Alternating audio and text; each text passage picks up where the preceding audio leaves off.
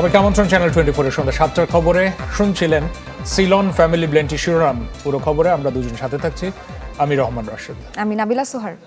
রক্তিম কৃষ্ণচূড়ার স্নিগ্ধ ছায়ায় পাখিদের নির্ভয় বিচরণ, হলুদ আভায় রাধাচূড়ার মোহ, সোনালুর রূপ আর জারলের বেগুনি মায়া। গ্রীষ্মের খরতাপের মাঝে এ যেন এক অনন্য উপহার।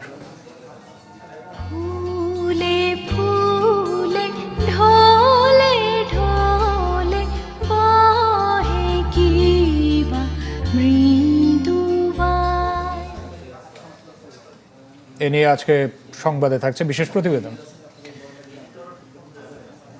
এবারে মূল খবর। রাজনীতির নামে কেউ অরাজকতা করলে জনগণ বসে থাকবে না। প্রধানমন্ত্রী তারেক রহমান আজ একথা বলেছেন চাঁদপুরে ফ্যামিলি কার্ডের দ্বিতীয় পর্যায়ের উদ্বোধন অনুষ্ঠানে। তিনি বলেছেন, দেশের মানুষ স্থিতিশীলতা চায়, কিন্তু একটি মহল বিভ্রান্তি ছড়াচ্ছে। আজ চাঁদপুরে দুটি খাল পুনঃখনন কর্মসূচিরও উদ্বোধন করেন তারেক রহমান। পথসভায় তিনি প্রতিশ্রুতি দেন কুমিল্লাকে বিভাগ করার। বিএনপির অন্যতম নির্বাচনী প্রতিশ্রুতি ছিল ফ্যামিলি কার্ড। সরকার গঠনের 1 মাস পূর্ণ হওয়ার আগেই এই প্রতিশ্রুতি পূরণ শুরু করে সরকার। চাঁদপুর থেকে শুরু হলো আলোচিত কর্মসূচির দ্বিতীয় পর্যায়ে। আরও 20 জেলার সুবিধাভোগীরা এলেন ফ্যামিলি কার্ডের আওতায়। চাঁদপুর সরকারি কলেজ মাঠে অনুষ্ঠানে প্রধানমন্ত্রী বলেন, সরকার তার ঘোষিত প্রতিশ্রুতি বাস্তবায়ন করতে পারলে দেশের মানুষের ভাগ্য বদলাবে, কিন্তু একটি মহল রাজনীতির নামে বিভ্রান্তি ছড়াচ্ছে বলে অভিযোগ করেন তিনি। একটি মহল রাজনীতির নামে তারা বিভ্রান্তি ছড়ানোর চেষ্টা করছে। রাজনীতির নামে যদি কেউ বিভ্রান্ত সৃষ্টি করতে চায়, রাজনীতির নামে যদি কেউ অরাজকতা সৃষ্টি করতে চায়, প্রিয় ভাই বোনেরা, আপনারা কি বসে থাকবেন? আমরা কেউ বসে থাকবো না। কারণ বিএনপি যে সকল কর্মসূচি গ্রহণ করেছে, প্রত্যেকটি কর্মসূচি হচ্ছে এই দেশের খেটে খাওয়া মানুষের কর্মসূচি। এর আগে চাঁদপুরে দুটি খাল পুনঃখনন কর্মসূচির উদ্বোধন করেন প্রধানমন্ত্রী। প্রথমে চাঁদপুরের শাহরাস্তির খদ্দ খাল পুনঃখনন করা হয়। এই খাল 1978 সালে রাষ্ট্রপতি জিয়াউর রহমান খনন করেছিলেন। 48 বছর পর সেই খাল পুনঃখনন করলেন তার ছেলে তারেক রহমান। এরপর চাঁদপুর সদরে বিশ্বখাল পুনঃখনন করেন সরকার প্রধান। এ সময় তিনি বলেন, ফ্যামিলি কার্ড, কৃষক কার্ড ও খাল খনন সহ সরকারের নেয়া কর্মসূচিতে কেউ যেন বাধা সৃষ্টি করতে না পারে, সে ব্যাপারে সবাইকে সজাগ থাকতে হবে। যেই কাজগুলো বাস্তবায়ন করার সমর্থন জনগণ, বাংলাদেশের মানুষ বিগত 12 তারিখের নির্বাচনে বিএনপিকে দিয়েছে, আমরা এক এক করে সেই কাজগুলো, সেই পরিকল্পনাগুলো আমরা বাস্তবায়ন করব। এই কাজে যদি কেউ বাধাগ্রস্ত করতে চায়, এই কাজে যদি কেউ ভেস্তে দিতে চায়, বাংলাদেশের মানুষ, আমাদের কিছু করা লাগবে না। বাংলাদেশের মানুষই তাদের সেই পরিকল্পনা, তাদের সেই ষড়যন্ত্রকে ভেস্তে দিবে। এর আগে দুপুরে চাঁদপুর আসার পথে কুমিল্লার বরুড়ায় পথসভায় অংশ নেন প্রধানমন্ত্রী তারেক রহমান। বলেন, দেশ পুনর্গঠন সরকারের একার পক্ষে সম্ভব নয়, দরকার জনগণের সক্রিয় অংশগ্রহণ। এখন হচ্ছে আমাদের দেশ পুনর্গঠনের পালা, কিন্তু দেশ পুনর্গঠন আমরা একা, সরকার একা পারবে না। বিএনপি অতীতেও যতবার দেশের মানুষের সেবা করার সুযোগ পেয়েছে, দেশের মানুষকে যে সকল ওয়াদা করেছিল, বিএনপি তার সর্বশক্তি দিয়ে চেষ্টা করেছে সেই সকল ওয়াদা পূরণ করার জন্য। নাফিউল ইসলাম লিংকন, চ্যানেল 24, চাঁদপুর। বাংলাদেশের শান্তি নিয়ে টান দিলে কারো শান্তি থাকবে না। রাজশাহীতে 11 দলীয় জোটের বিভাগীয় সমাবেশে এই হুঁশিয়ারি দিলেন জামায়াতে ইসলামের আমির ডক্টর শফিকুর রহমান। পশ্চিমবঙ্গে বিজেপির সরকারের উদ্দেশ্যে তিনি বলেন, দেশের সাম্প্রদায়িক শান্তি নষ্ট হতে দেবেন না তারা। গণভোটের রায় বাস্তবায়ন, জনদুর্ভোগ লাঘব ও পদ্মা তিস্তার পানির ন্যায্য হিস্যার দাবিতে রাজশাহীতে 11 দলীয় জোটের বিভাগীয় সমাবেশ। এ সময় জোটের নেতারা বর্তমান সরকারের সমালোচনা করে বলেন, জুলাই বিপ্লব যে সংস্কারকে কেন্দ্র করে হয়েছিল সেটি এখনো অর্জন হয়নি। ক্ষমতায় গিয়েছে, কিন্তু তারা ভুলে গিয়েছে 70% মানুষ দেশের পরিবর্তনের পক্ষে রায় দিয়েছে।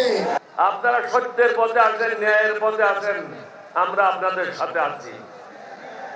আমরা তো কোনো আপনাদের কাছে কোনো ভবন চাই না। এ সময় বিরোধী দলীয় নেতা ও জামায়াত আমির ডক্টর শফিকুর রহমান সরকারকে রক্তচক্ষু উপেক্ষা করে পদ্মা তিস্তার পানি আনার আহ্বান জানান। বলেন, প্রতিবেশী দেশ শান্তি নষ্ট করলে পাল্টা হুমকি হয়ে দাঁড়াবে 11 দল। পদ্মার পানি আনতে হবে, পদ্মার পানি আমাদের ন্যায্য পাওনা, তিস্তার পানি আমাদের ন্যায্য পাওনা। সারা বাংলাদেশে যে 154টা অভিন্ন নদী আছে সবগুলোই আজকে মৃতপ্রায় হয়ে গিয়েছে। একজন বক্তা এখানে বলে গিয়েছেন যে আপনি খাল কেটে মানুষকে পানি দিতে চান, খালের পানির উৎস হচ্ছে নদী। নদী যদি ঠিক মতো না চলে তাহলে খালের পানি আসবে কোত্থেকে? রাজধানীতে জাতীয় যুব শক্তির প্রথম প্রতিষ্ঠা বার্ষিকীতে এনসিপির আহ্বায়ক নাহিদ ইসলাম বলেন, দেশকে অন্য কোনো পরাশক্তির কাছে বন্ধক দেওয়া হবে না। বলেন, পানির ন্যায্য হিস্সা ও সার্বভৌমত্বের লড়াইয়ে সীমান্তে লং মার্চ করবে এনসিপি। নতুন চুক্তির মাধ্যমে আমরা পানির অধিকার নিশ্চিত চাই এবং বর্তমান সরকার আমরা দেখতে চাই তারা কতটুকু ভারতের আধিপত্যবাদের বিরুদ্ধে বাংলাদেশের পানির ন্যায্য অধিকার তারা নিশ্চিত করতে সক্ষম হয়। এ সময় হামের ব্যর্থতার দায় অন্তর্বর্তী সরকারের উপর চাপানো হচ্ছে বলে অভিযোগ করেন সংসদের বিরোধী দলীয় চিফ হুইপ। সরকার শুধু অন্তর্বর্তী সরকারের উপরে দায় চাপিয়ে নিজেদের হাত পরিষ্কার করতে চায় নিজেদের। মাফতুহা মিলি, চ্যানেল 24। দেশের স্বার্থ পরিপন্থী কোনো চুক্তি মেনে নেওয়া হবে না বলে হুঁশিয়ারি দিয়েছেন স্থানীয় সরকার মন্ত্রী মির্জা ফখরুল ইসলাম আলমগীর। রাজধানীর ইঞ্জিনিয়ার্স ইনস্টিটিউশনে ঐতিহাসিক ফারাক্কা লং মার্চ দিবসের আলোচনায় তিনি অভিযোগ করেন, বর্তমান সরকারের বিরুদ্ধে কিছু শক্তি অপপ্রচার চালাচ্ছে, দেশের স্থিতিশীলতা নষ্টের পায়তারা করছে। যে কোনো ধরনের চক্রান্ত রুখে দিতে দেশবাসীকে সজাগ থাকার আহ্বান জানান তিনি। তিস্তা ও ফারাক্কা সহ অভিন্ন নদীর পানি বন্টন প্রসঙ্গে মির্জা ফখরুল বলেন, ভারতকে আলোচনার মাধ্যমে ফারাক্কা চুক্তি করতে হবে, দেশের স্বার্থ বিরোধী কোনো চুক্তি করতে দেয়া হবে না। আজকে এই সরকারের বিরুদ্ধে কিছু কিছু শক্তি তারা কিছু অপপ্রচার চালাচ্ছে। শুধু তাই নয়, দেশের যে স্থিতিশীলতা আছে সেই স্থিতিশীলতাকে বিনষ্ট করবার একটা পায়তারা চালাচ্ছে। এই সম্পর্কে আমাদের আমরা বাংলাদেশের স্বাধীনতা বিশ্বাস করি, গণতন্ত্রে বিশ্বাস করি, তাদেরকে আমাদেরকে অনেক বেশি সজাগ হতে হবে এবং শুধু সজাগ নয়, আমাদেরকে সংগঠিত হতে হবে। হামোয়ের উপসর্গে দেশে আরও 2 জনের মৃত্যু হয়েছে। গেল 24 ঘন্টায় নতুন রোগী শনাক্ত 1069 জন। হামের প্রকোপে শিশু মৃত্যু বাড়তে থাকায় জনস্বাস্থ্যে জরুরি অবস্থা ঘোষণার দাবি জানিয়েছেন চিকিৎসক ও বিশেষজ্ঞরা। ঢাকা রিপোর্টার্স ইউনিটিতে সংবাদ সম্মেলনে নিয়মিত ভিটামিন এ ক্যাম্পেইনের উপর জোর দেন তাঁরা। 10 মাস বয়সী যমজ 2 ভাই আহম্মদ ও মুহাম্মদ, 2 জনই হামি আক্রান্ত। নোয়াখালী সদর হাসপাতালে 2 দিন ভর্তি থেকেও অবস্থার উন্নতি না হওয়ায় তাদের আনা হয় ঢাকায়। সংক্রমণের গ্রাফ যত উপরে উঠছে, হাসপাতালের ভেতরের চিত্র ততটাই করুণ। রাজধানীর বাইরের হাসপাতালে পর্যাপ্ত চিকিৎসা পাওয়া যাচ্ছে না, এমন অভিযোগ অভিভাবকদের। যমজ 2 বাচ্চা তো, প্রথমে একজনের জ্বর আসছে, তারপর গামাসির মতো বিচি উঠছে মতন আমরা হসপিটালে নিয়ে যে একজন ভালো আছে, তারপরের দিন আবার আরেক বাচ্চা ওঠে পরে হসপিটাল ডাক্তার দেখাইলে ডাক্তারে বলে যে এগুলো অ্যালার্জি। পরে রাত্রে চিকিৎসা দিচ্ছে, ডাক্তারে বলছে যে তোমরা হসপিটালে নিয়ে চিকিৎসা করো, সকালে ইমার্জেন্সি এই হাসপাতালের নাম পড়ছে। গরিবপুর মেডিকেল থেকে ওখানে বলছে যে এখানে হবে না, রাত একদিন ছিলাম, ওখান থেকে আবার হারাইছে মাউতাল আইয়া বলছে যে ইয়া নাই, সিট নাই, তখন এখানে ফাড়াইছি। তো এই দেউরাদুরি 2-3 জায়গায় দেউরাদুরি কিন্তু কাম অবশ্যই কষ্ট হয়েছে, যাতে এত দূরের পথ, আমরা তো ঢাকা শহরে থাকি না। চিকিৎসক জানান, শিশু ও মায়েদের অপুষ্টিতে কাবু হচ্ছে হাম আক্রান্তরা। ডিএনসিসি হাসপাতালের পরিচালক জানান, ঢাকার বাইরে থেকে রোগী আসায় চাপ বাড়ছে।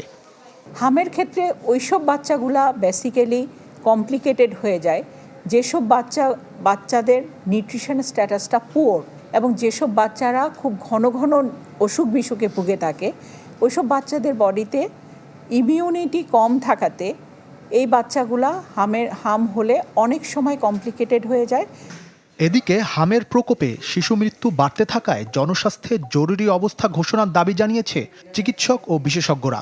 পরিস্থিতি মোকাবেলায় 6 মাস থেকে 5 বছর বয়সী শিশুদের নিয়মিত ভিটামিন এ ক্যাম্পেইনের আওতায় আনতে জোর দেন তারা। কেন্দ্রীয়ভাবে অ্যাম্বুলেন্স সার্ভিস সহ এবং আইসিইউ ম্যানেজমেন্ট সার্ভিস এটা করা দরকার এবং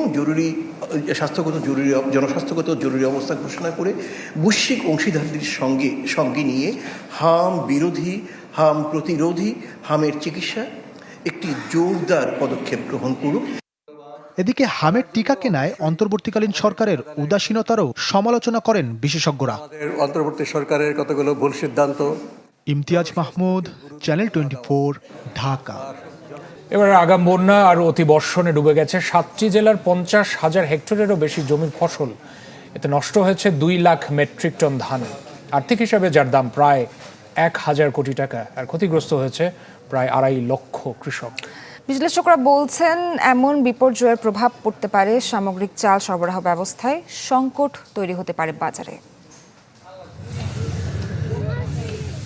মৌলভীবাজারের কাউয়াদিঘি হাওরপাড়ের কৃষানী জবা বিশ্বাস 25 বিঘা জমিতে আবাদ করেছিলেন ধান, যার অধিকাংশই এখন পানির নিচে। মাত্র 2 বিঘা জমির ধান ঘরে তুলতে পারলেও সেগুলোতেও ধরেছে পচন। এখন লাখ টাকার ঋণ কিভাবে শোধ করবেন ভর করেছে সেই দুশ্চিন্তা। 25 কেয়ার জায়গা ক্ষেত করছি বাগি, নিজের কোনো ক্ষেত নাই, 1 লাখ টাকা ঋণ হয়ে না ক্ষেত করছি। সাম্প্রতিক আগাম বন্যায় তলিয়ে গেছে হাওর অঞ্চল, ডুবে গেছে 60টি জেলার 50,000 হেক্টরেরও বেশি জমির ফসল। কৃষি সম্প্রসারণ অধিদপ্তর বলছে এর ফলে কেবল ধানই তলিয়ে গেছে প্রায় 2,14,000 মেট্রিক টন, আর্থিক হিসাবে যার দাম দাঁড়ায় প্রায় 1,048 কোটি টাকা। ক্ষতিগ্রস্ত প্রায় 2,37,000 কৃষক বাধ্য হচ্ছেন সরকার নির্ধারিত মূল্যের চেয়েও অনেক কমে ধান বিক্রি করতে। দায়িত্বহীনতা, একদিকে আপনি বাদ দেন নাই, অপরিকল্পিত নানা রকম বাদ দিয়ে আপনার ওখানকার পানি প্রবাহকে বাধাগ্রস্ত করেছেন, আর একদিকে এটা সংরক্ষণের জন্য যে আপনার যে বাদ যে সুপরিকল্পিত হওয়ার কথা সেগুলো ঠিক নাই। স্টোরেজ ফেসিলিটি বা পোস্ট হারভেস্ট লসটা আমাদের দেশে প্রায় অ্যারাউন্ড 40%। পলিসিগুলোতে আমাদের বড় ধরনের গ্যাপ রয়েছে, তো একটা ইন্টিগ্রেটেড পলিসি যদি আমরা অ্যাপ্লাই করতে পারি। বিশ্লেষকরা বলছেন ভৌগোলিক অবস্থানের কারণে প্রায় প্রতি বছরই দেশে দেখা দেয় আগাম বন্যা বা অতিবর্ষণ। তাই ক্ষয়ক্ষতি এড়াতে দরকার বাড়তি সতর্কতা। করা যেতে পারে বিকল্প ফসলের আবাদ, বাড়াতে হবে প্রযুক্তির ব্যবহারও। জেলাভিত্তিক ফসল ভাগ করে দেবেন, যেখানে যেটার উৎপাদনশীলতা বেশি সেখানে সেই ফসলই করতে হবে। আপনার হাওরে ওখানে হাঁস মুরগির চাষ করেন, গরু ছাগলের চাষ করেন। একটা ইন্স্যুরেন্স স্কিম, এর পাশাপাশি গভর্নমেন্ট হচ্ছে একটা সার্টেন প্রাইসে হচ্ছে তাদের কাছ থেকে এই জিনিসগুলো কিনে নেবে। ক্রপস ইন্স্যুরেন্সটা প্রসেসটা যদি আমরা চালু করতে পারি খুব ম্যাসিভ স্কেলে এবং ইফেক্টিভলি, তাহলে হয়তো এই সমস্যার সমাধান আমরা কিছুটা হলেও করতে পারবো। বিশ্লেষকরা বলছেন নানামুখী অনিশ্চয়তায় প্রতি বছরই পেশা ছাড়ছেন বিপুল সংখ্যক কৃষক। আর্থিক ক্ষতি পুষিয়ে নিতে কার্যকর কৃষি বীমার গুরুত্ব তুলে ধরেন তারা। শফি মাহমুদ সাগর, চ্যানেল 24, ঢাকা। শহর ছেড়ে দূরে বৃষ্টি ভেজা কোনো সবুজ অরণ্যে, যেখানে রঙের মাধুরীতে কাছে ডেকে নেয় কৃষ্ণচূড়ার হিল্লোল, কখনো আবার প্রেম হয়ে যায় রাধাচূড়ার সাথে, আর জারুল সোনালুর গীতে কবিতা ভেসে বেড়ায় বাতাসের গুঞ্জরণে। প্রকৃতির এমন স্বপ্নময় কাব্য জেগে উঠেছে জাহাঙ্গীরনগর বিশ্ববিদ্যালয়। মমিনুল ইসলাম মমিনের ছবির ছন্দে বাকি গল্পটা বলছেন সাদবিন শফিক।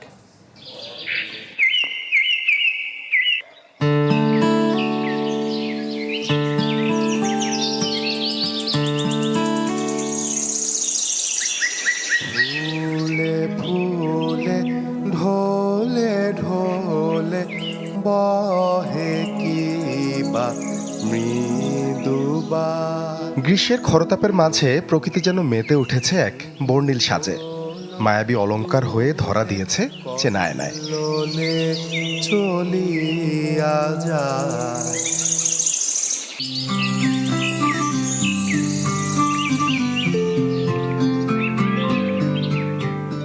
কখনো প্রখর রোদ, আবার কখনো মুষল বর্ষণের এই সময়টায় ইট কাঠের শহর পেরিয়ে খানিক দূরে সাভারের জাহাঙ্গীরনগর বিশ্ববিদ্যালয় সেজেছে এমন অপরূপ সাজে।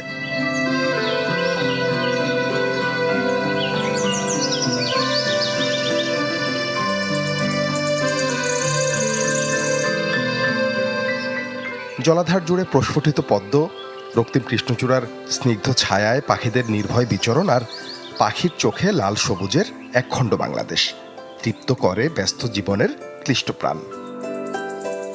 একদম পরিবেশটা মৌ মৌ করে ফুলের গন্ধে, এই জিনিসটা খুবই সুন্দর আর মনের মধ্যেও একটা ইতিবাচক চিন্তাভাবনার সৃষ্টি করে। আপনি রাস্তা দিয়ে হাঁটছেন, ওই সময়টাতে আপনি আপনার ফোনটা বের না করে থাকতে পারবেন না, আপনি প্রকৃতির ক্যাপচারটা করবেনই।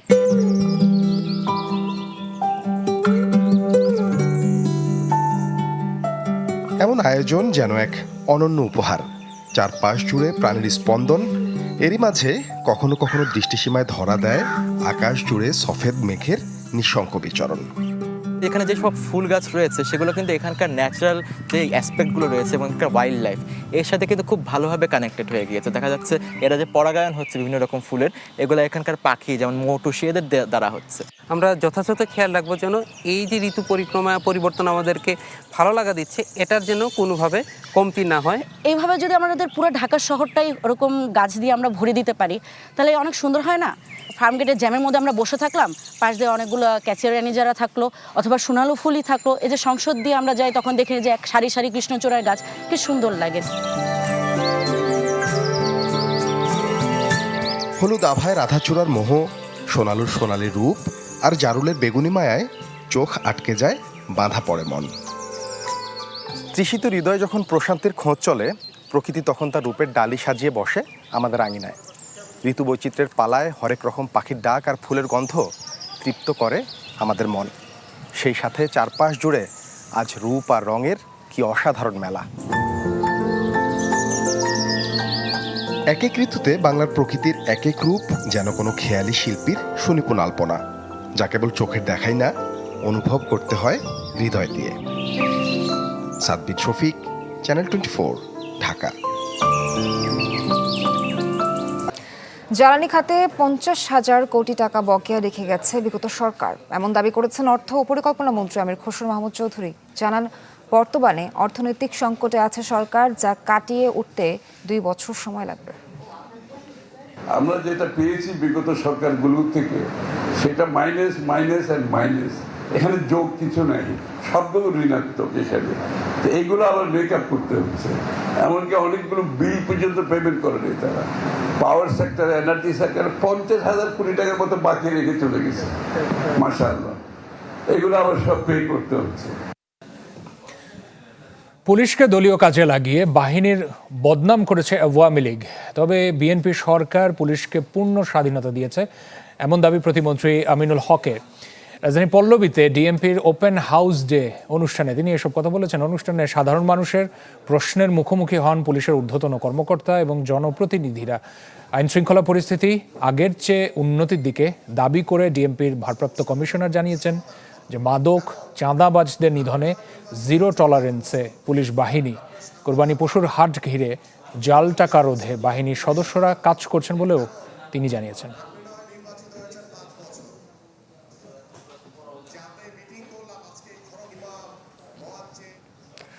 জাহাঙ্গীরনগর বিশ্ববিদ্যালয়ে শিক্ষার্থীকে ধর্ষণ চেষ্টার ঘটনায় সন্দেহভাজন ব্যক্তির পরিচয় শনাক্তে সহায়তা চেয়েছে পুলিশ। এদিকে অভিযুক্তকে গ্রেফতারে বেঁধে দেওয়া 48 ঘন্টা শেষ হলেও এখনও কাউকে আটক করতে পারেনি আইনশৃঙ্খলা বাহিনী। প্রতিবাদে বিক্ষোভ মিছিল ও অবস্থান কর্মসূচি পালন করেছেন শিক্ষার্থীরা। একই সাথে ক্যাম্পাসের নিরাপত্তা নিশ্চিতে ব্যর্থতার অভিযোগ তুলে প্রক্টর সহ পুরো প্রক্টোরিয়াল টিমের পদত্যাগ দাবি করেন তারা।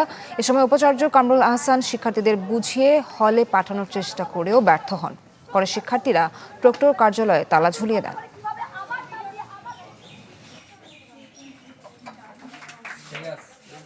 ঠিক আছে একদম